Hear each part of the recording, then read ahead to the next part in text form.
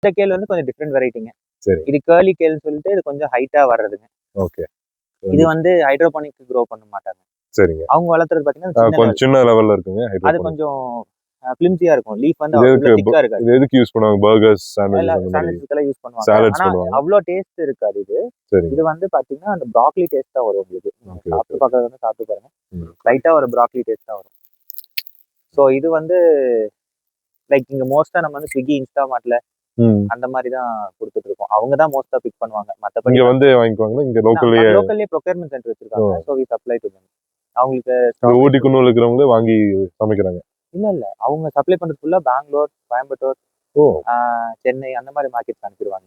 So they have a procurement center here. அங்க இருந்து எல்லா பக்கம் டிஸ்ட்ரிபியூட் பண்ணிட்டு இருக்காங்க. சோ இந்த கேல் வந்து it's more than a year oldங்க. ஜெனரலா கேல் வந்து இவ்வளவு நாள் வளர்த்த மாட்டாங்க யாரும். ஓரளவுக்கு ஹைட் வரும்போதே ரிமூவ் பண்ணிட்டு they will kind of replace it with the next plantங்க. நான் வந்து சும்மா ஒரு